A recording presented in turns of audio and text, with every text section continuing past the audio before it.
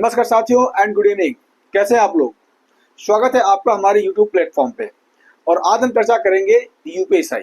दरअसल में उत्तर प्रदेश सरकार ने अभी हाल ही में पुलिस डिपार्टमेंट में 4543 पोस्टों पर भर्ती निकाली है। ऐसे में जो लोग दरोगा का ख्वाब देखना चाह रहे हैं, जो लोग यूपीएसआई सब इंस्पेक्टर बनना चाहते हैं, तो उनके लिए एक बहुत ही अच्छा मौका है, एक बहुत अच्छा प्लेटफॉर्म दिया है सरकार ने अपने आप को प्रूव करने के लिए, अपने आप को सिद्ध करने के लिए, अपने आप को दिखाने के लिए, अपने आप को खुद को समर्पित करने के लिए। तो आज हम इस वीडियो में ये जानने की कोशिश करेंगे, क्या यूपीएसआई की जो भर्ती होने जा रही है या जो पेपर होगा, क्या इसमें निगेटिव मार्किंग है या नहीं है। प्लस हम इसमें ये कुछ चीजें और एक्स्ट्रा चीजें जानेंगे कि जैसे कि मान लिया रिटन टेस्ट के बाद में इसमें क्या होगा, इसमें कितने स्टेप होंगे, कितने स्टेप पर एग्जाम कंप्लीट होगा, कितने स्टेप पर आपका सिलेक्शन होगा, इसमें कौन कौन से टेस्ट होंगे। तो चलिए स्टार्ट करते हैं बिना किसी देरी के। तो देखिए, अभी हाल ही में उत्तर प्रदेश गवर्नमेंट ने यानी उत्तर प्रदेश सरकार ने पुलिस डिपार्टमेंट में 4543 पोस्टों पर भर्ती निकाली दरोगा की।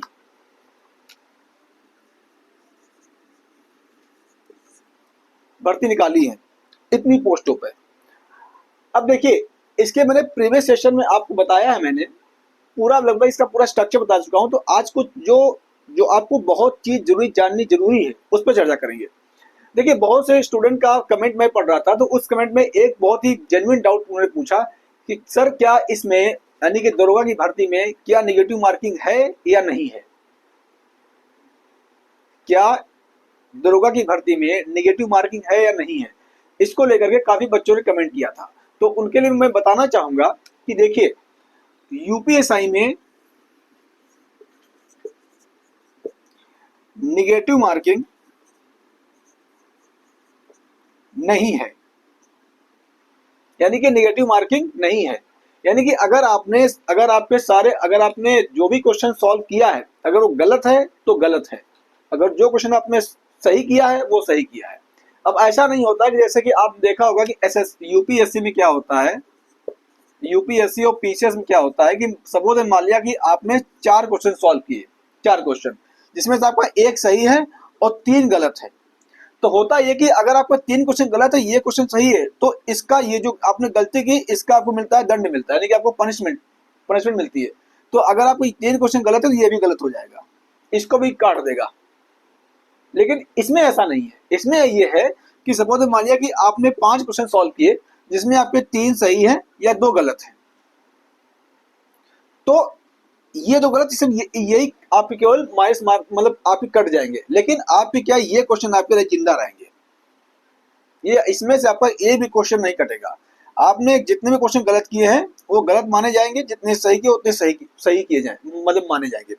जैसे अदर एग्जाम में क्या होता है, एसएससी में आप देखेंगे यूपीएससी में देखेंगे, पीसीएस में देखेंगे, इसे बहुत मान लीजिए आपने 4 क्वेश्चन किए सही और 8 क्वेश्चन आपने गलत कर दिए। तो इसमें क्या होता है कि अगर आपने 8 क्वेश्चन गलत किए हैं तो एक क्वेश्चन पे कटता है। जैसे कि आपने एक क्वेश्चन किया सही, 3 क्वेश्चन गलत किया, तो ये होता है कि ये जैसे ये 3 कट गए तो आपका ये भी मार्क्स कट जाएगा, क्योंकि इसका आपको मिला है पनिश मिला। लेकिन यूपीएसआई में ऐसा नहीं है। यूपीएसआई में प्रोसेस ये है कि अगर आपने मान लिया कि 100 क्वेश्चन किए हैं, आपने 150 क्वेश्चन सॉल्व किए हैं और 150 क्वेश्चन में अगर आपने 100 सही है, 50 गलत है, तो जो 50 क्वेश्चन गलत है वो गलत है, उनका खमियाजा आपको जो सही क्वेश्चन किए उसमें नहीं भुगतना पड़ेगा। तो आपके सुविधा के लिए बताना चाहूंगा कि इसमें यूपीएसआई की भर्ती में जो है निगेटिव मार्किंग नहीं है, कतई नहीं है, बिल्कुल भी निगेटिव मार्किंग नहीं है। आप इससे संतुष्ट रहिए, क्योंकि बहुत से बच्चों का डाउट्स आया था, तो उसके लिए मैं समझा कि इसको लेकर के एक वीडियो बना दिया जाए। अब इसके बाद क्या होगा, अब देखिए, अब मान लिया आपका रिटन टेस्ट हो गया, आप कहोगे रिटन टेस्ट हो गया, रिटन टेस्ट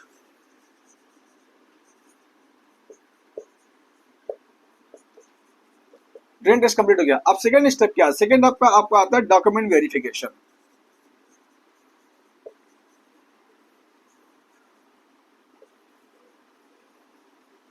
डॉक्यूमेंट वेरिफिकेशन आएगा, यानी कि जो भी बच्चे रिटन टेस्ट पास कर लेंगे उसमें उसके बाद उनका डॉक्यूमेंट वेरिफिकेशन होगा। हाँ, रिटन टेस्ट में एक बात तो बता दूं आपको कि 35% आपको लाना है प्रत्येक सब्जेक्ट में, और ओवरऑल आपको होना चाहिए 50%। यानी कि 35% आपको लाना चाहिए, हर सब्जेक्ट में लाना है आपको, ओवरऑल आपको होना चाहिए 50%। तो डॉक्यूमेंट वेरिफिकेशन होगा। अब डॉक्यूमेंट वेरिफिकेशन में जिनके डॉक्यूमेंट लीगल है, कॉन्स्टिट्यूशनल है, तो उनके डॉक्यूमेंट सही माने जाएंगे। लेकिन जिन स्टूडेंट के डॉक्यूमेंट में कोई प्रॉब्लम है, जैसे कि डोमिसाइल में इश्यू हो सकता है, आपका कैरेक्टर सर्टिफिकेट में इश्यू हो सकता है, आपका क्या कहते हैं कि आपका कास्ट सर्टिफिकेट में इश्यू हो सकता है, आपकी 10th की मार्कशीट में इश्यू हो सकता है, आपकी ग्रेजुएशन मार्कशीट में इश्यू हो सकता है, तो उनको थोड़ा सा सावधानी से लेकर के आप जब भी जाएंगे, तो डॉक्यूमेंट जब जाएंगे लेकर अपने, तो थोड़ा सावधानी लेके जाइए, सारे डॉक्यूमेंट लेके जाइए, ताकि आपको डॉक्यूमेंट वेरिफिकेशन बाहर न कर दिया जाए। तो और जो थर्ड स्टेप आपको आता है, वो आपको आता है पेट, यानी पीटी, यानी कि इसका मतलब होता है फिजिकल एलिजिबिलिटी टेस्ट। इसमें क्या होता है, इसमें आपसे दौड़ कराई जाएगी, आपसे पुशअप कराए जाएंगे, हो सकता है लॉन्ग जंप, हाई जंप भी कराई जाए। तो ये पूरा फिजिकल प्रोसेस होता है आपका।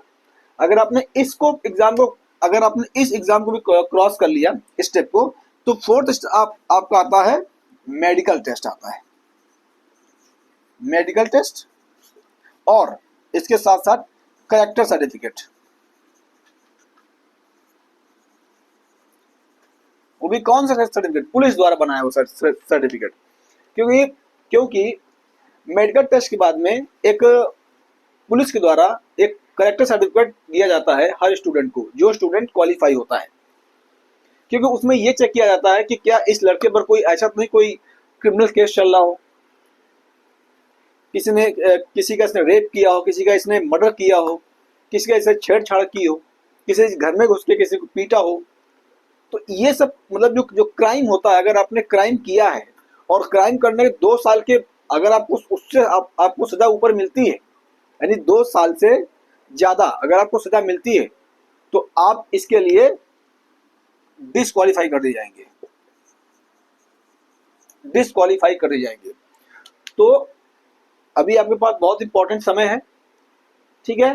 तो आप कोशिश ये कीजिए कि सबसे पहले अपने फोकस कीजिए प्रीलिम्स, जो भी आपको रिटन टेस्ट होगा। रिटन टेस्ट में आपका रीजनिंग और mathematics plus basic law, constitution and GK पढ़ाया जाएगा, से क्वेश्चन आएंगे। तीसरा आपका सब्जेक्ट आपका है जनरल हिंदी, चौथा आपका सब्जेक्ट है रीजनिंग। तो मेनली फोकस आप कीजिए जीके जीएस पर, रीजनिंग पे और जनरल हिंदी पे, ताकि आपका सिलेक्शन प्रोसेस ये बढ़ेगा। और हाँ, क्योंकि 30% आपको लाना है मैथमेटिक्स में भी कंप्लीट करना है, तो आपको मैथमेटिक्स भी पढ़नी पड़ेगी। तो इसलिए आप अपनी तैयारी को थोड़ा अंजाम दीजिए, थोड़ा मन से पढ़िए और दिल से पढ़िए, आत्मा से पढ़िए, ताकि आपका सिलेक्शन हो। और सिलेक्शन होने के बाद में जो भी आपके फैमिली ने आपके ड्रीम देखे हैं, सपने देखे हैं, संजोए बैठे हैं कि हमारा बेटा कब सक्सेस हो, कब सक्सेस होने के बाद में हम उसकी शादी करें, हर फैमिली ये सोचती है। तो आपका ड्यूटी जो है, आपकी ड्यूटी सिर्फ इतनी है कि आप पढ़ें। आप अपनी जो भी आपकी बुक्स हैं आप उनको अच्छे से पढ़ें, जो आप नोट्स बनाए हैं उनको आपने बहुत ही अच्छे से पढ़ें ताकि ये जो पेपर है फैक्चुअल, मोस्टली पेपर फैक्चुअल आएगा, तो इसमें फैक्ट आपको बहुत रटने पड़ेंगे। तो अगर आपको हमारा वीडियो अच्छा लगता है, अगर आपको लगता है कि आप हमारे माध्यम से आपको अच्छी अच्छी इन्फॉर्मेशन मिलती है, तो कम से कम आप इतना कर ही सकते हैं कि हमारा चैनल को सब्सक्राइब कर ही सकते हैं, लाइक कर सकते हैं और शेयर भी कर सकते हैं। इतनी तो आप अपनी जिम्मेदारी समझिए। अगर हम अपनी जिम्मेदारी समझ रहे हैं कि आपको बेहतर से बेहतर कंटेंट प्रोवाइड कर रहे हैं, तो आप भी थोड़ा ये जिम्मेदारी समझिए कि अगर हम आपके लिए कुछ थोड़ा बहुत अगर कर रहे हैं, तो कम से थोड़ा बहुत आप भी करिए हमारे लिए। बस हमारे चैनल को सब्सक्राइब, लाइक कर दीजिए और शेयर कर दीजिए। आपको बहुत धन्यवाद। जय हिंद, जय भारत।